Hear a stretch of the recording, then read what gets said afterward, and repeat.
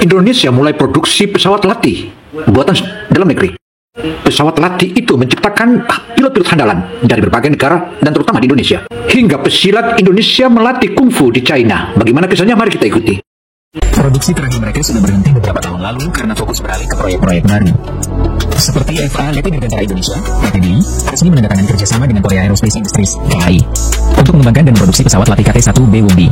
Tapi, ada hal menarik di balik kerjasama ini. KAI sebenarnya sudah tidak lagi memproduksi KT-1B Wumbi di Korea Selatan. Pemerintah Negara Kesatuan Republik Indonesia tahun 2025 ini mulai membangun dan memproduksi pesawat latih. Pesawat latih itu telah memiliki izin yang maha dasar, dan izin inilah yang akan mulai diproduksi di Indonesia. Dan sudah dipastikan bahwa ratusan negara memesan pesawat latih yang kini diproduksi di Indonesia bagi bangsa Indonesia.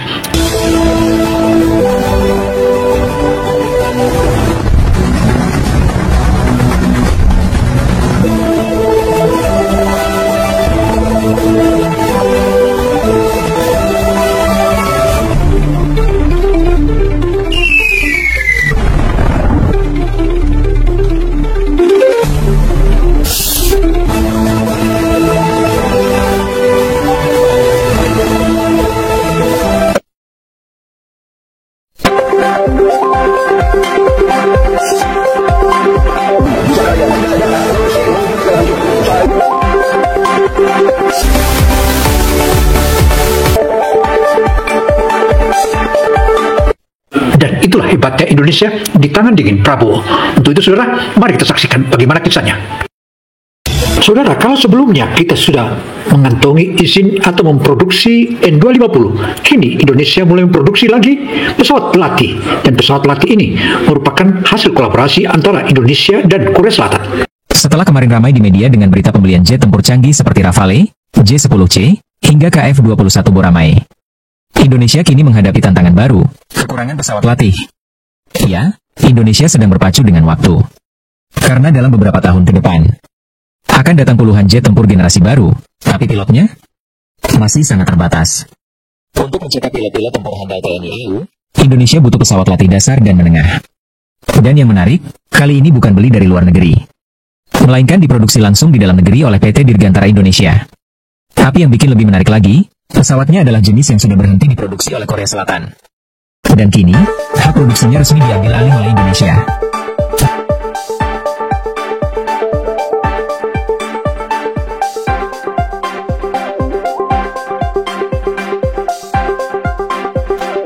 Saudara, ujian demi ujian Indonesia dilakukan oleh berbagai pihak, dan saat ini kita mulai masuk lagi pada tahapan pembuatan atau produksi pesawat latih.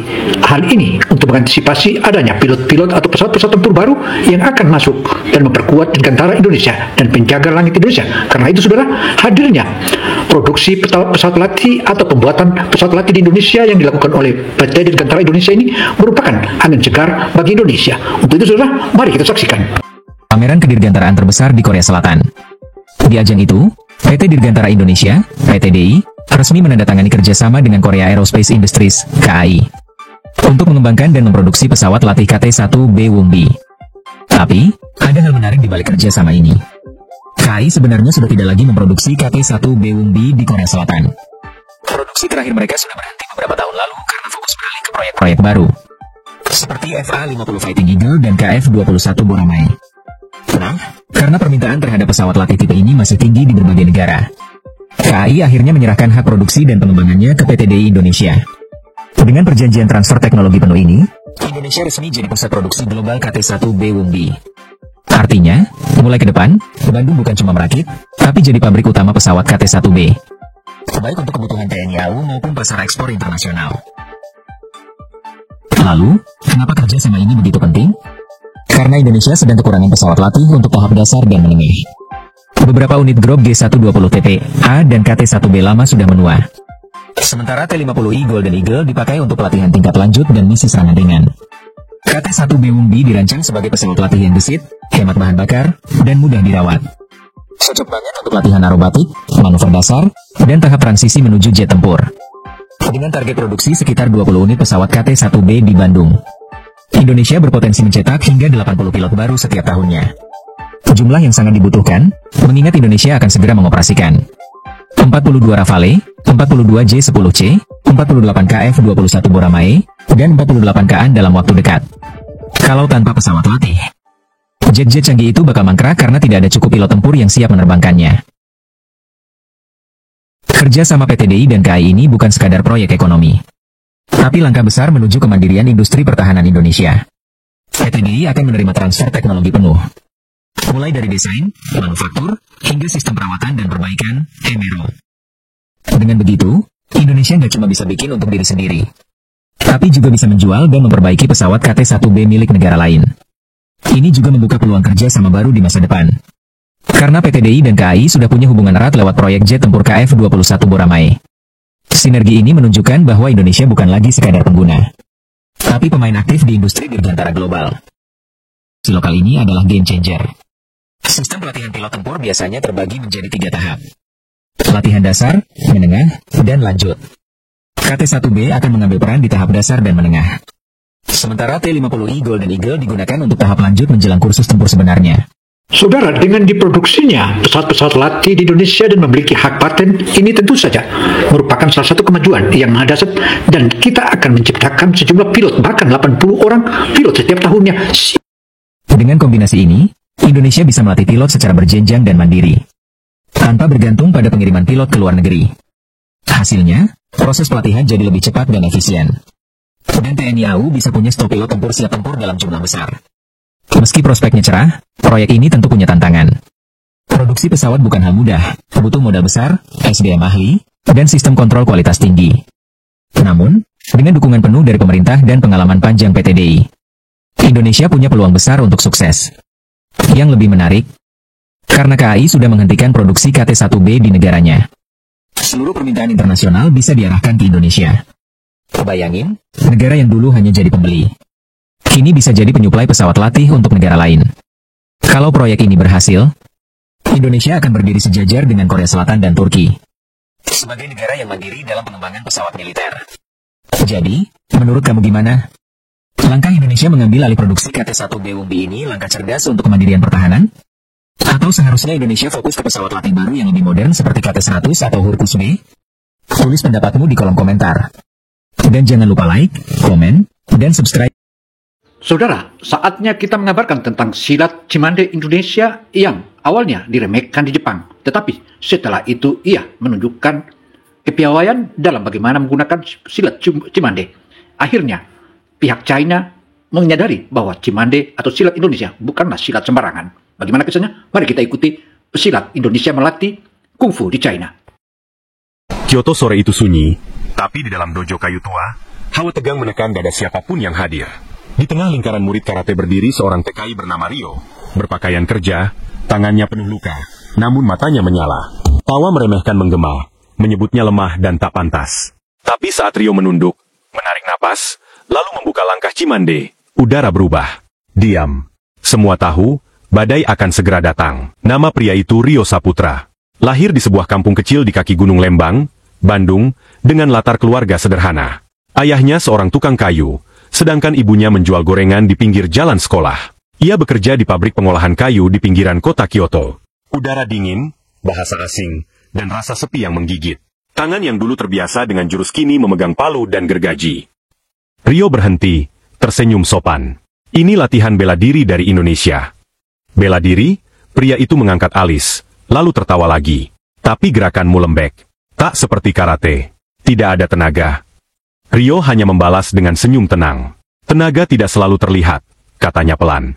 Namun pria itu pergi sambil menirukan gerakan Rio dengan cara mengejek. Dengan pakaian seadanya dan tas kecil berisi air minum, Rio berjalan menuju dojo tersebut. Matahari sore mulai turun, menyinari atap kayu kuno dengan tulisan kanji besar. Di Jepang, kami menghormati setiap seni. Tapi jika seseorang mengaku menguasainya, ia harus membuktikannya. Murid-murid berbisik di belakang. Beberapa menggeleng, seolah sudah tahu bagaimana akhirnya. Malam itu, Rio berjalan pulang melewati jalan berbatu Kyoto dengan hati campur aduk. Ia tidak tahu apa yang akan terjadi esok. Apakah ia akan dihina lagi? Atau justru diuji di hadapan semua murid?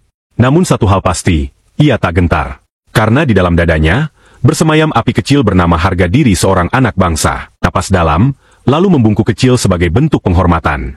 Begitu langkah kakinya melewati ambang pintu, Semua mata langsung tertuju padanya. Belasan murid berseragam putih dengan sabuk berbagai warna menghentikan gerakan mereka. Apa dia itu orang yang mengaku bisa bela diri? Bisik salah satu dari mereka dengan nada mengejek. Tapi Takeda menegur dengan tatapan tajam hingga mereka bungkam. Ia bangkit, berjalan mendekati Ryo dengan langkah yang anggun namun berwibawa. Di dojo ini, kami percaya pada kehormatan dan kerja keras. Semua orang harus membuktikan dirinya dengan tindakan, bukan kata-kata. Ryo menunduk hormat. Saya mengerti, Sensei. Tapi saya datang bukan untuk menantang siapapun. Takeda mengangkat satu alis. Kalau begitu, kenapa kau tidak menolak saat dipanggil ke sini? Celana abu-abu dan kemeja lusuh. Sementara Kenta mengambil posisi kuda-kuda karate yang kuat, kakinya menapak mantap di lantai kayu. Bersiap, seru salah satu senior. Kenta menyerang cepat, tinju kanan melesat ke arah wajah Ryo. Tapi sebelum sempat menyentuh, Ryo hanya memiringkan tubuhnya sedikit, menepis dengan gerakan kecil tangan kiri, lalu menepuk dada Kenta pelan. Namun efeknya mengejutkan, tubuh Kenta terdorong mundur 2 langkah, kehilangan keseimbangan. Tawa mengejek yang tadi memenuhi dojo mendadak hilang. Semua murid terdiam. Kenta menatap Ryo dengan marah. Kau beruntung, serunya, lalu kembali menyerang dengan kombinasi pukulan dan tendangan. Kali ini Ryo bergerak lebih luas, tubuhnya mengikuti arah serangan, menangkis dengan gerakan lembut, seolah menari. Tapi di balik kelembutan itu, ada kekuatan tersembunyi yang memantul dari setiap sentuhan. Kenta mencoba menendang keras dari arah samping, tapi Ryo memutar tubuhnya, meraih pergelangan kaki lawan, dan dengan satu gerakan kecil, bruk. Kenta jatuh terjerembab ke lantai. Dojo langsung hening. Takeda memperhatikan dengan mata tajam, tanpa berkata sepatah pun. Ryo segera berlutut. Maafkan saya, Sensei. Saya tidak bermaksud melukai teman Anda. Kenta berdiri dengan wajah merah padam, menahan malu. Ia ingin maju lagi, tapi Takeda mengangkat tangannya. Cukup. Suaranya pelan tapi tegas. Murid-murid langsung kembali berbaris. Takeda melangkah mendekat ke Ryo, menatapnya lekat-lekat. Gerakanmu, bukan seperti seni bela diri yang kukenal, katanya lirih. Kau tidak menyerang, tapi lawanmu jatuh sendiri. Ryo menjawab tenang, itulah prinsip silat kami, Sensei.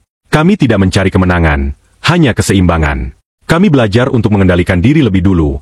Seorang TKI dari Bandung membuat semua mata terbelalak, bukan karena kekerasan, tapi karena kerendahan hati yang mengalahkan kesombongan. Dan sejak saat itu, nama Ryo mulai berbisik di antara dinding kayu dojo Jepang. Orang Indonesia itu, dia bukan sekadar pekerja.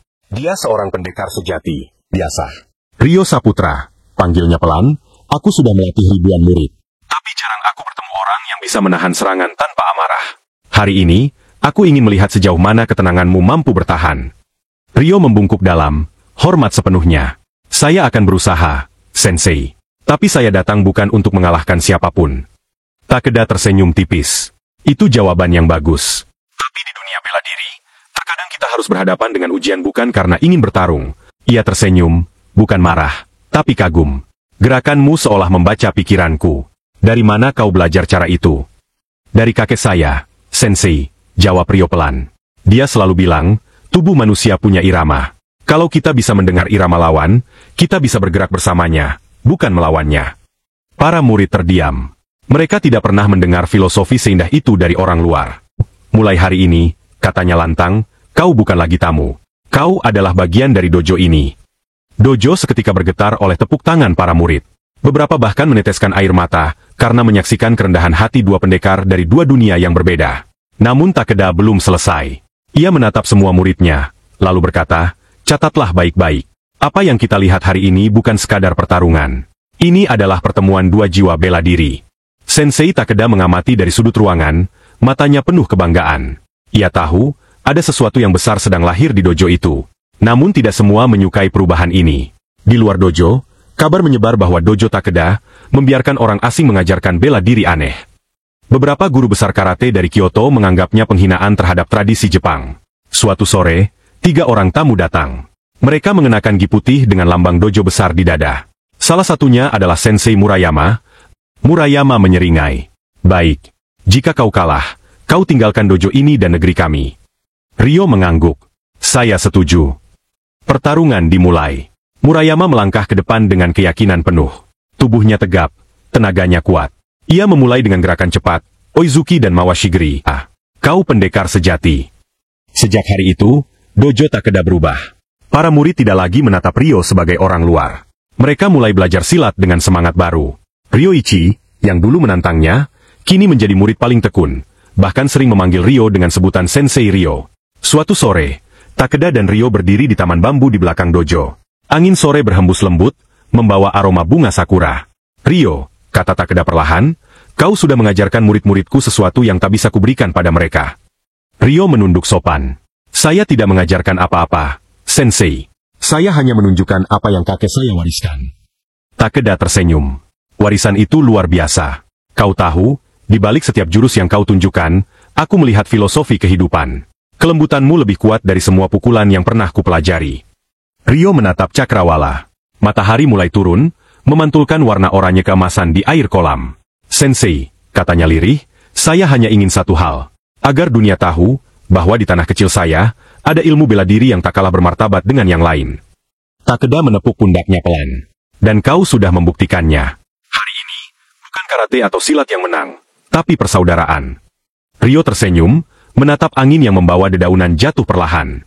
Ia tahu, perjuangan belum selesai. Tapi untuk pertama kalinya sejak ia menginjakan kaki di Jepang, ia merasa diterima bukan karena belas kasihan, tapi karena kemurnian hati dan kebijaksanaan dari leluhur bangsanya.